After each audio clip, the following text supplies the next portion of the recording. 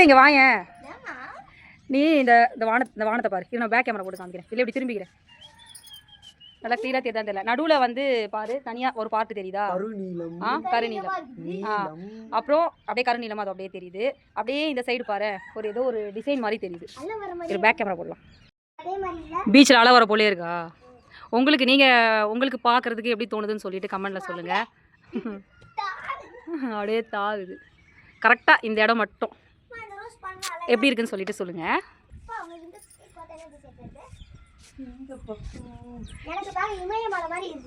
இமயமலை மாதிரி இல்லை. ஒரு சைடு வந்து அப்படியே அந்த கப்பலோட அந்த போட் மாதிரி தெரியுது. இரு நான் இப்போ லைட்டாக ஜூம் பண்ணுறேன். அந்த மேலே வந்து ஒரு மாதிரி பிளாக்காக தெரியுது.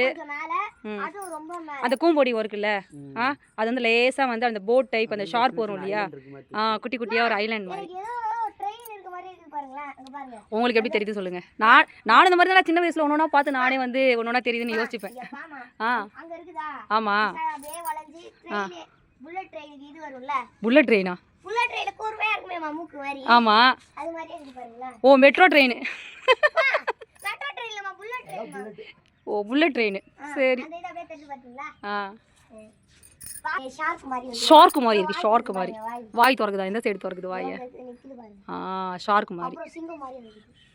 உனக்கு தோணுனதெல்லாம் சொல்லிட்டேன். வேற எதுவும் டிசைன் தெரியுதா? இந்த சைடு வந்து இன்னுமே வந்து மாறவே இல்லைங்க. அந்த சைடு எடுத்துகிட்டு வர வரைக்கும் அப்படி தான் இருக்கு. அப்படியே டால்ஃபின். எது அந்த தனியாக நிற்கிற மாதிரி இருக்குது? டால்ஃபின் மாதிரி இருக்கா? டால்ஃபின் மாதிரி இருக்குது கீழே சொல்கிறா தானே? ரெண்டு இதா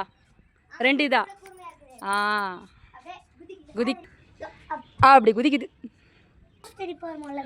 வளர்ந்துருக்கா? என்னடா ராஜேந்திர ராஜன் சொல்லிட்டு இருக்க? அழகா வந்திருக்கு ரோஸ். அப்புறமா விளக்கேற்ற போகும்போது பிச்சிடலாம். அப்படியா?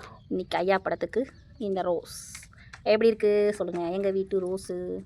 அப்புறம் இது நல்லா வளர்கிறதுக்கு இதுக்கு உரம் என்னெல்லாம் போடணும் சொல்லுங்கள். நான் இப்போ தான் அந்த செடி வச்சுருக்கேன். கொஞ்சம் எல்லாம் அதுக்குள்ளே அங்கங்கே இதாகுது. ஒரு சந்திக்கலாம். பாய் பாய் ஃப்ரெண்ட்ஸ். மாமா பாய் சொல்லுங்கள்.